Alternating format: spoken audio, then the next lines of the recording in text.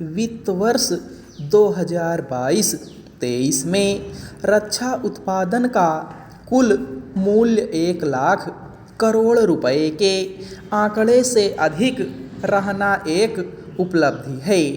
विशेष बात यह है कि निजी क्षेत्र की कुछ रक्षा इकाइयों से आंकड़ा मिलने के बाद इस मूल्य में बढ़ोतरी होने का अनुमान है, चूँकि यह पहली बार है जब देश का रक्षा उत्पादन 1 लाख करोड़ रुपए के पार पहुंचा।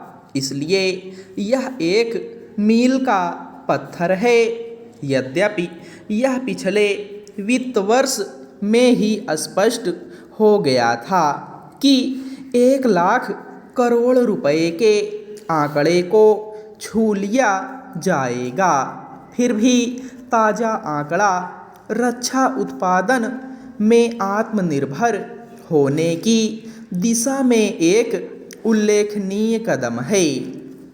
इसका श्रेय सरकार की ओर से उठाए गए प्रोत्साहन के उपायों को तो जाता ही है, उस पहल को भी जाता है जिसके तहत निजी क्षेत्र को रक्षा सामग्री के उत्पादन में भागीदार बनाया गया।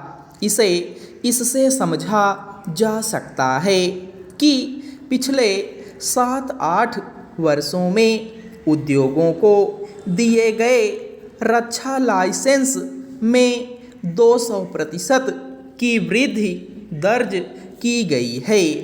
यदि देश को रक्षा उत्पादन के मामले में सचमुच आत्मनिर्भर बनाना है तो इस सिलसिले को कायम रखते हुए निजी क्षेत्र को और अधिक प्रोत्साहन देना होगा तथा एक स्वस्थ प्रतिस्पर्धा पैदा करनी होगी। इस प्रतिस्पर्धा के कैसे नतीजे मिल सकते हैं, यह इससे साफ होता है कि वित्त वर्ष 2022-23 में रक्षा निर्यात 16,000 करोड़ रुपए तक पहुंचा। भारत इस समय 85 से ज़्यादा देशों को रक्षा सामग्री का निर्यात कर रहा है।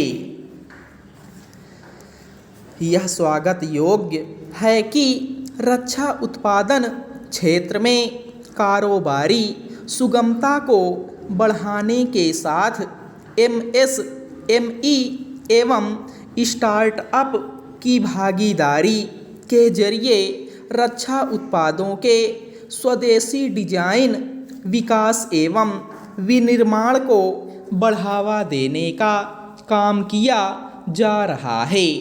इस पर आश्चर्य नहीं कि वित्त वर्ष 2024-25 तक $25 अरब यानी 1.75 लाख करोड़ रुपए के रक्षा उत्पादन का लक्ष्य रखा गया है।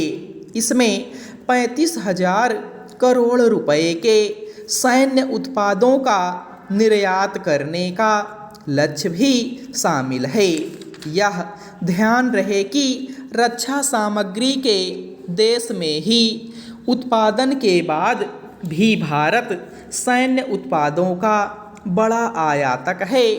एक अनुमान के अनुसार अगले 5 वर्षों में भारतीय सैन्य बलों को $130 अरब मूल्य के रक्षा उपकरण खरीदने हैं। चूँकि यह एक बड़ी राशि है, इसलिए स्वदेश में रक्षा उत्पादन के अभियान को और गति देनी होगी और ऐसा कोई लक्ष्य तय करना होगा जिससे रक्षा सामग्री के आयात में अच्छी खासी कमी की जा सके।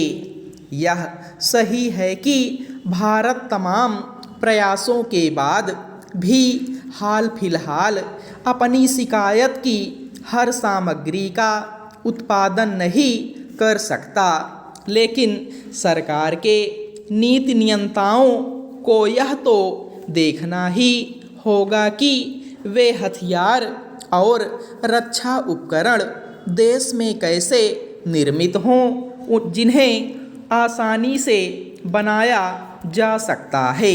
सरकार का उद्देश्य रक्षा सामग्री के आयातक के बजाय निर्यातक बनने का होना चाहिए।